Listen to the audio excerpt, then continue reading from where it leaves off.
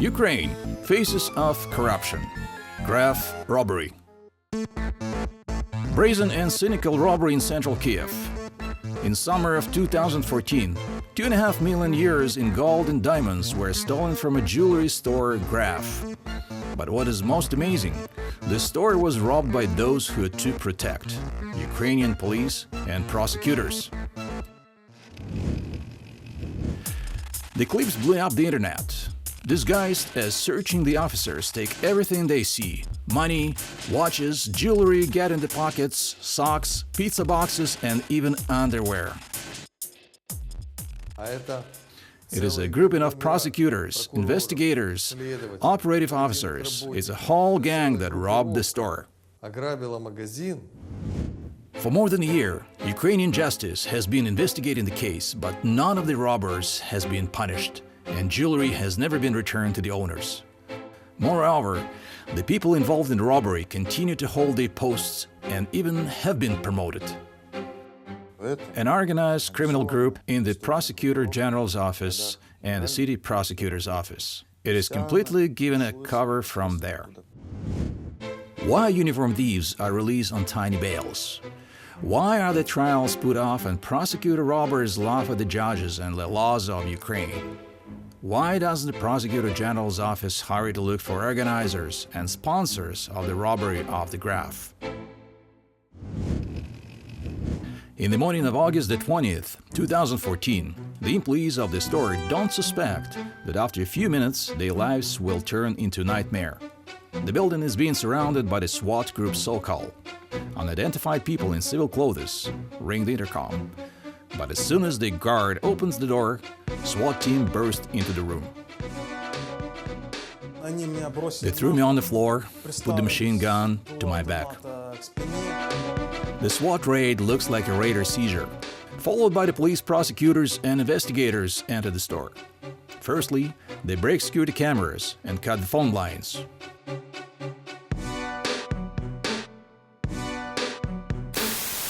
Pointed by automatic guns, all the store staff, guards, cashiers, managers, and sellers were driven into the utility room. No phones, no personal belongings were allowed. 10 people were locked in a small, stuffy room where they will be held until the evening, with no food, no drink, and no phones. The law executors break into the offices and the warehouses, where they smash furniture and shelves. Everything gets to the hands. Luxury watches, exclusive jewelry with diamonds, earrings, bracelets, and necklaces goes into the pockets in no time. But the apparent ease of the trophy dazzles the robbers.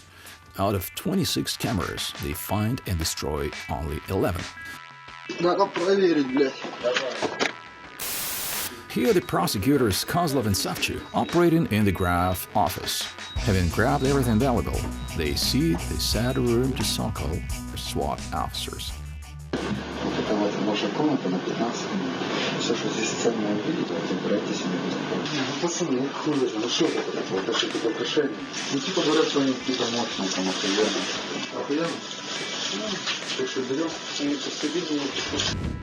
And here's the smartest witness, Vladimir Filonenko. Leaving the scene, he is hiding something in his pants and gently carries his standard bits. Here, prosecutor Pavel Kozlov takes a pack of $10,000 and hides it in a pizza box. Investigator Maria Vasilyeva does the same. She meticulously selects only the most beautiful and expensive jewelry.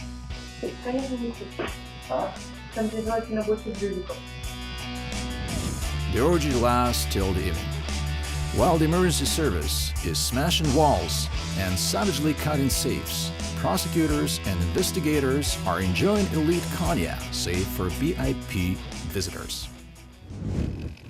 The outcome of the search in the Graff store: the premises is crushed, safes are mutilated. Items were all over, on the floor, covered with foam concrete. When the safes were cut, they were in the toilet, in the waste bins. Personal money of the director Igor Brykov and jewels of the founders Yekaterina Timofeyeva and Dmitry Berdansky were stolen. Total loss makes €2.5 million. Only actors were here in the store. Real criminals, godfathers, mafia bosses were at this time in the offices, doing everything necessary to ensure that their actors, members of their criminal gang, could easily perform this scenario. The victims complain about the robbery to the Prosecutor General's office. They make security camera videos public, and soon they are threatened with physical violence. They came up and said, either you put out your video and shut up, or you will have big problems. The same day, threatening calls started. The family bought body armor. This is the child's flak vest. Personally, I'll remember for a long time the little girl who is playing with her dolls in the flak vest.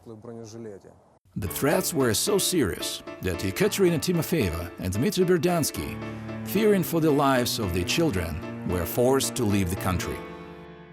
Ukraine, faces of corruption, Graff robbery.